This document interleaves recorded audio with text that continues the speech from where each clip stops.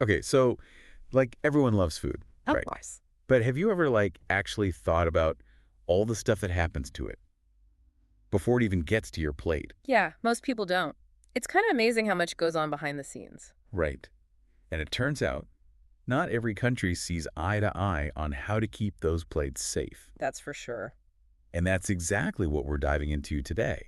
The wild world of food regulations, Hmm. but specifically how the US and the EU do things totally differently. Buckle up. It's more interesting than you might think. No, seriously, this isn't just about boring rules and paperwork. This is Wow. about what you're eating every single day and why those choices matter. You got it. We're talking about those aha moments, like when you realize why that certain ingredient is banned in Europe but totally fine to eat here in the States, or why those nutrition labels look so different depending on where you're shopping. Exactly. It's about understanding the why behind the what. And trust me, it can get pretty fascinating. Okay, so let's kick things off with a little history lesson. Yeah. Because, like, how did we even get to this point where we have these two totally different systems for food safety? Well, both the US and the EU's approaches have been shaped by, their own unique experiences. The EU, for instance, they've had their share of food scares over the years, and those events really left a mark. Yeah, that makes sense.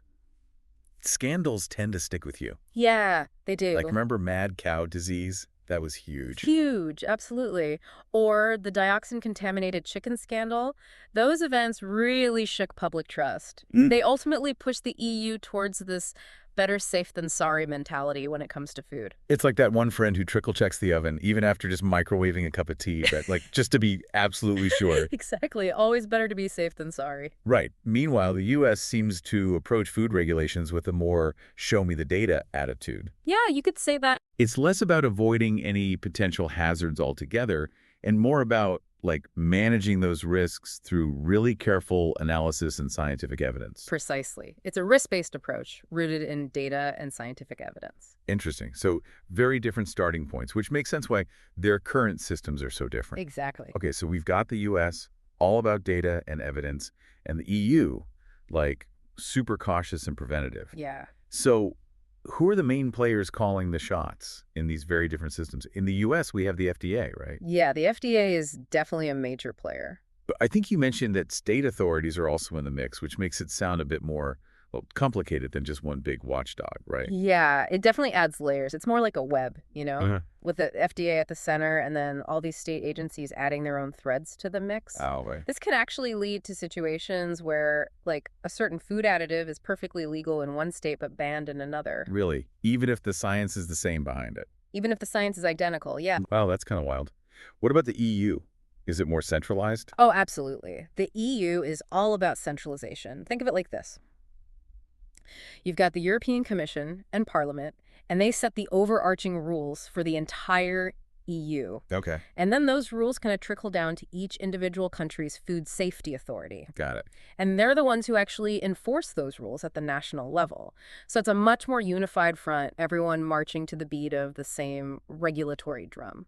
So it's less about individual countries or states' rights and more about ensuring that same level of like strictness across the entire EU. Exactly. Consistency is key. That makes sense. Now, this doesn't mean that the US system is like a free-for-all, right? No, not at all. It's just that it prioritizes flexibility and allows for more like regional variations and stuff. Right.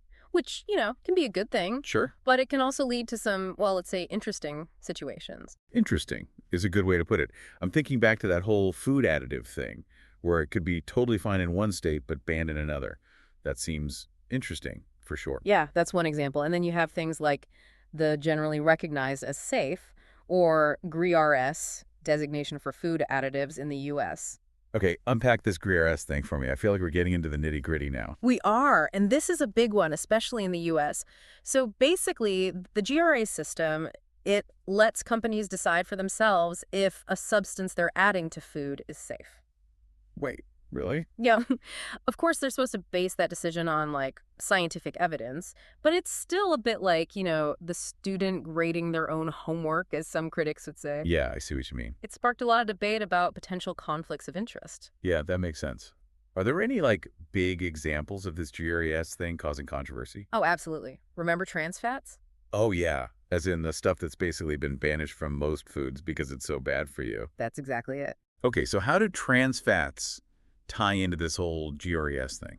Well, for years, trans fats actually had this GRES status. Seriously? Yep. Which meant that companies could just add them to foods without needing like explicit approval from the FDA. Wow. It wasn't until 2015 that the FDA finally revoked trans fats' GRAS status, Yeah. citing all the evidence linking them to heart disease. Okay, so a win for public health in the end, but one that took, like, a long time and a lot of debate to get there. Exactly. That really highlights how this self-affirmation system in the U.S., this GRS thing, can have its downsides, for sure. It definitely highlights those potential downsides. Now, I'm assuming the EU probably wouldn't have been too keen on letting companies decide for themselves if trans fats were safe or not. You're right, they wouldn't have. The EU's approach is definitely more cautious. But, some might even argue that it's overly cautious in some cases. So, two very different approaches, each with its own strengths and weaknesses, I guess. That's a good way to put it. But it seems like this whole precaution versus risk debate is really at the core of it all, right? Absolutely. It's the fundamental philosophical difference that really drives how the US and the EU approach food safety. Okay, so break that down for me a bit more. What does that actually look like in practice? Okay, so imagine you're heading out for a walk, right? And it looks like it might rain. The EU, with their whole precaution mindset, would immediately hand you an umbrella, Okay. maybe even some rain boots, just in case. Just to be totally prepared. Exactly. Yeah. But the US, leaning on their risk assessment approach, they might first check the weather app, Okay. calculate the probability of rain, and then decide if an umbrella is actually necessary. I like that analogy. So the EU is all about minimizing any potential harm, even if the evidence isn't crystal clear, while the U.S. wants that data before taking action. You got it. That makes a lot of sense. And this difference really shows when you look at how both regions handle GMOs, right? Oh, definitely. GMOs are a prime example of this philosophical divide in action. The EU, they treat GMOs as these entirely new entities, requiring tons of tests and assessments before they can even enter the market. It's like they're holding GMOs to a much higher standard than other food products, wouldn't you say? You could say that, yeah. For the EU, it's all about those potential long-term risks, even if they're not immediately obvious. But the US, they see GMOs more as like extensions of existing products. Interesting. So they hold them to pretty much the same safety standards as their non-GMO counterparts. Okay. And this often means a less strict environment for GMOs in the US compared to the EU. That's a pretty big difference. And this isn't just about what's actually inside the food, right? It extends to how that food is presented to us, the eaters, through things like labeling. 100%. Labeling is another area where this philosophical divide is on full display. Okay, yeah. Labeling. Now we're talking about something everyone interacts with every time they go to the grocery store. Right. It's the most visible representation of those different approaches. So tell me more about how the U.S. and EU approach labeling differently. Like, what are some of the key things you notice? Well, the EU, they've really embraced their inner label lover. I mean, they mandate super detailed nutrition info on basically every single food product. Wow, seriously. Yep. Everything. Yeah. Even unpackaged stuff like loose fruits and vegetables, you'll find labels. That's pretty intense. They're all about transparency and want consumers to have every bit of information at their fingertips. Makes you really appreciate those little stickers on your apples, huh? Right. Okay, so the EU is all about detailed labels, full transparency. What about the US? Do they have a similar tell-all approach to labeling? Not quite. Don't get me wrong, the U.S. does require nutrition labels on most packaged foods, Okay. but it's not as standardized or as detailed as the EU's system. Okay. Plus, companies have more, how do I say this, more creative freedom, I guess, Bridge of freedom. I like that. to highlight certain nutrients or make, certain health claims on their packaging. Right. Which can make it a bit tricky for consumers to figure out what's really healthy and what's just really good marketing. So in the U.S., it's more of a buyer beware situation when you're trying to decipher those labels. Right? In some ways, yeah, consumers definitely have to be more proactive about educating themselves and really scrutinizing those labels. Okay, so we've talked about the philosophies at play and who's calling the shots in the U.S. and the EU. But how does this all actually work in the real world? Like, who's out there making sure everyone's actually following the rules? Yeah, that's the million-dollar question, isn't it? It's easy to talk about regulations and stuff, but who's actually making sure they're not just words on paper? Right, like, do we have a crack team of food inspectors swooping in on unsuspecting restaurants, Ugh. undercover FDA agents roaming the grocery store aisles? Okay. Maybe not that dramatic. Not quite. But seriously, how does enforcement actually play out in both systems? Well, it's more about, building systems of accountability than staging dramatic raids. The U.S., for example, they use this two-pronged approach to enforcement, mixing public and private oversight. Public and private. That's an interesting combo. What does that look like in action?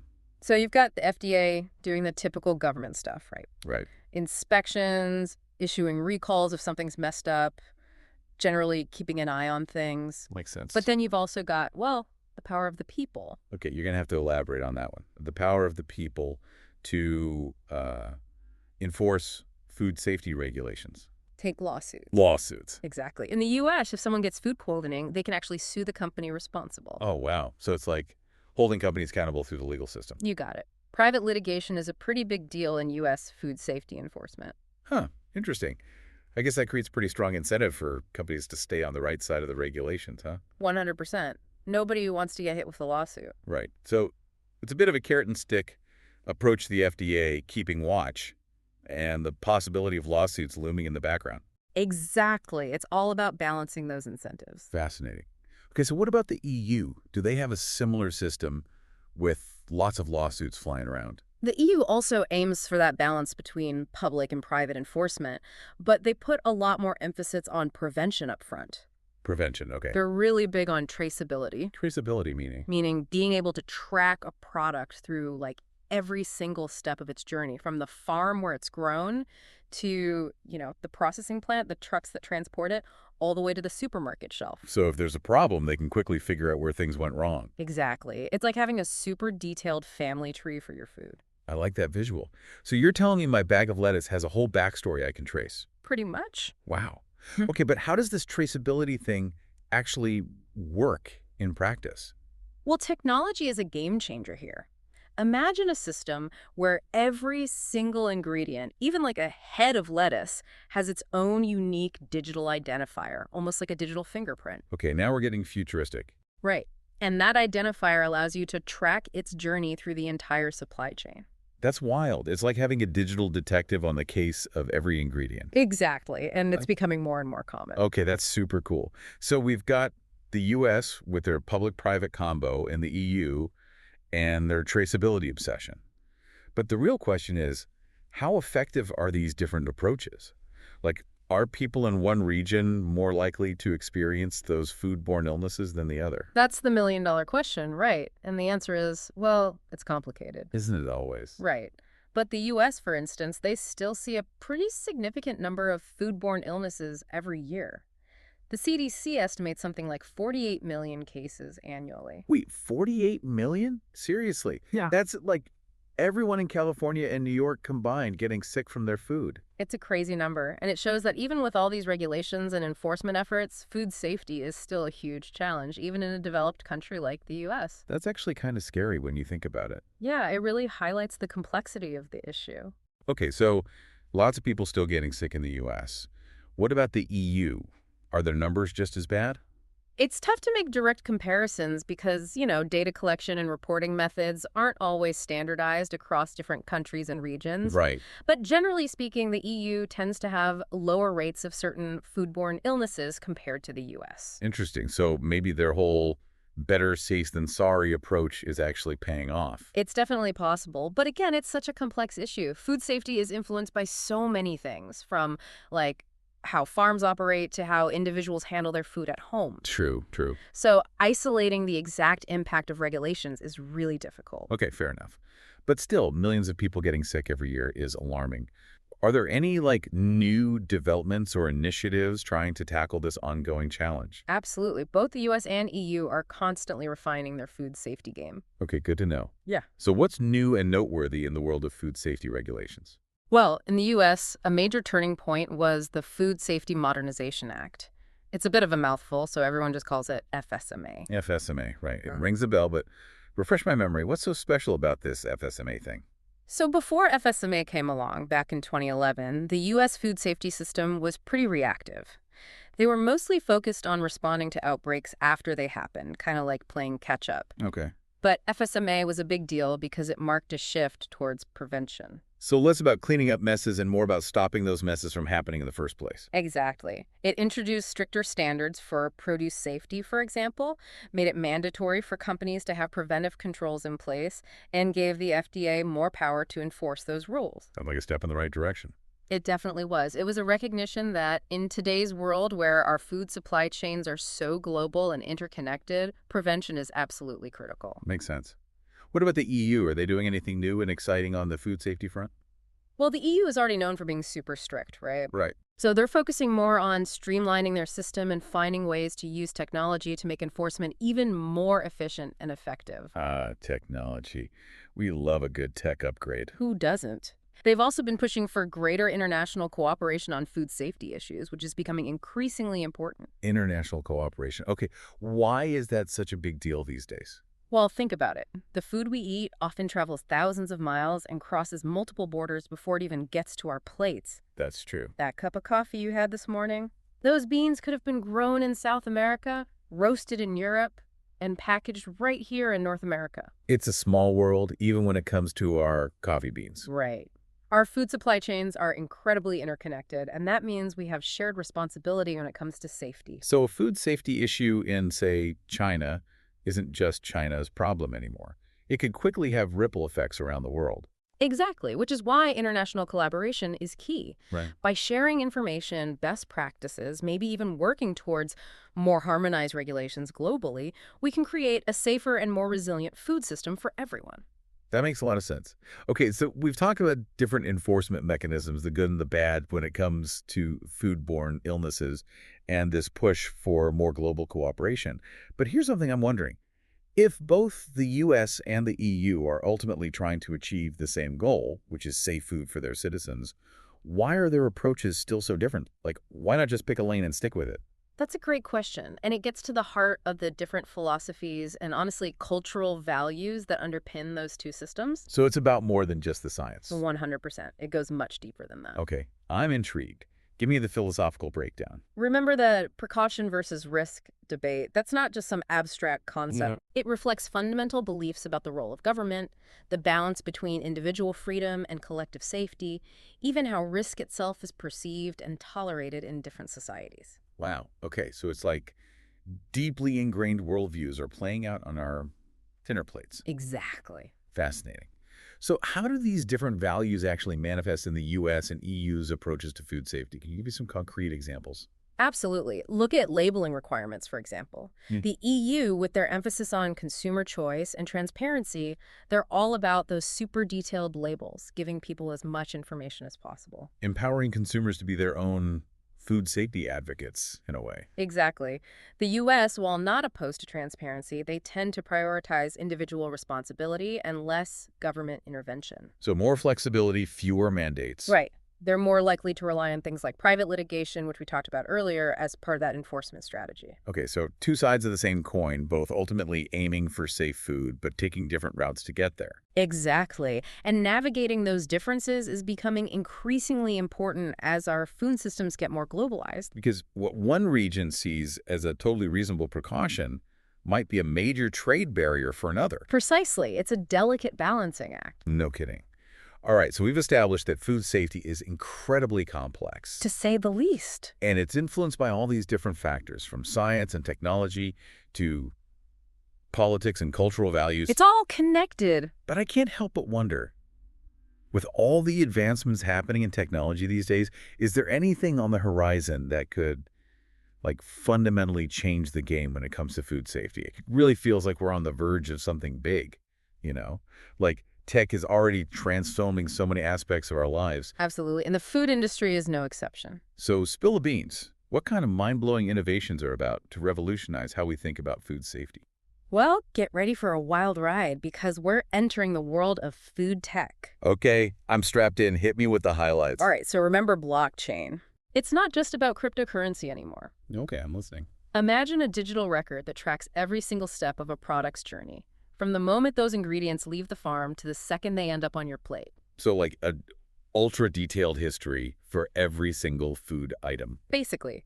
And it's all tamper-proof and transparent thanks to the magic of blockchain. Okay, but how does that actually help with, preventing foodborne illnesses and stuff? Let's say there's an outbreak of, I don't know, salmonella linked to contaminated lettuce. With blockchain, investigators could instantly pinpoint the exact farm, processing plant, even the truck that transported those contaminated greens. No more endless paperwork trails and guesswork. That's insane. So it's like having a super-powered detective tool for our food supply chain. Precisely. And it's not just about tracing contamination. Blockchain can also verify the authenticity of food products, which is huge for combating fraud and ensuring consumers are actually getting what they paid for. Oh, interesting. Think about that expensive bottle of olive oil you bought, the one that claims to be from a specific region in Italy, right? Blockchain could actually prove whether those claims are legit. No more shady labeling shenanigans. Love it. Okay, so blockchain is a game changer for sure.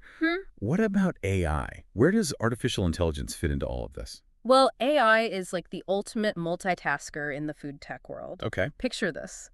You've got an AI-powered system analyzing data from sensors placed throughout the entire food supply chain.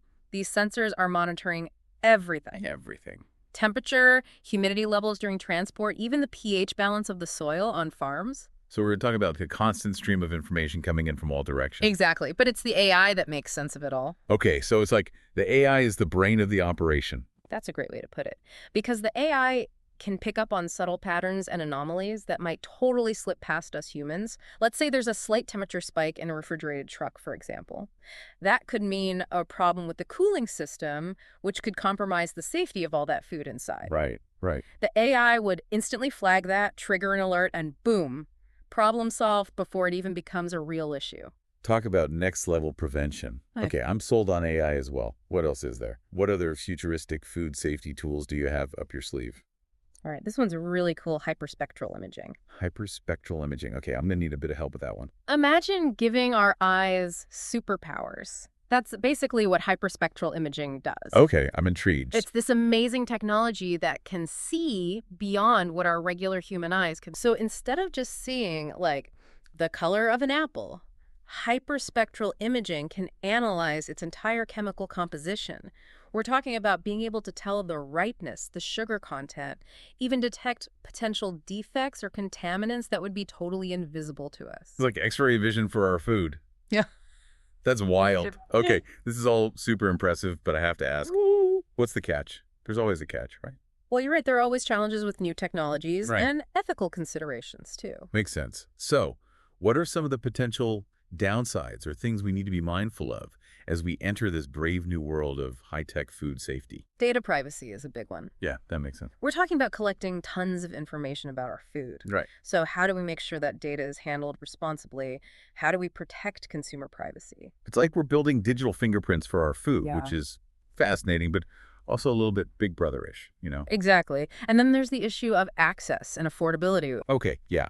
Not every company has the budget for AI-powered food inspectors and hyperspectral cameras. Exactly. So we have to ask ourselves, will these technologies be available to everyone, or will they end up widening the gap between large companies with deep pockets and smaller producers? It's a valid concern, for sure. We don't want to create a two-tiered food system where only the wealthy have access to the safest options. Right. These are all important things to consider as we move forward. Absolutely. Okay, so lots to think about, as always. But at the end of the day, it seems like technology has a potential to really transform food safety for the better, I think so. moving us from a reactive to a more proactive approach, which is exciting. Exactly. And don't forget about all the potential benefits that go beyond just safety. Right. We haven't even touched on those yet. Like Sure. what? Give me some examples. Well, imagine a world where food waste is drastically reduced because we can monitor freshness with incredible precision. Okay, less food in the trash is always a good thing. Right. Or a world where consumers are empowered with even more information about their food choices, where you can scan a product with your phone and see its entire journey from farm to plate, its environmental impact, everything. Okay, that's a future I want to live in. Right. It's about using technology not just for efficiency, but also for greater transparency and sustainability in our food systems. I love that. So it's not just about eliminating the bad, but actually using these advancements to create something truly better. Precisely. And that's what makes this so exciting. I completely agree.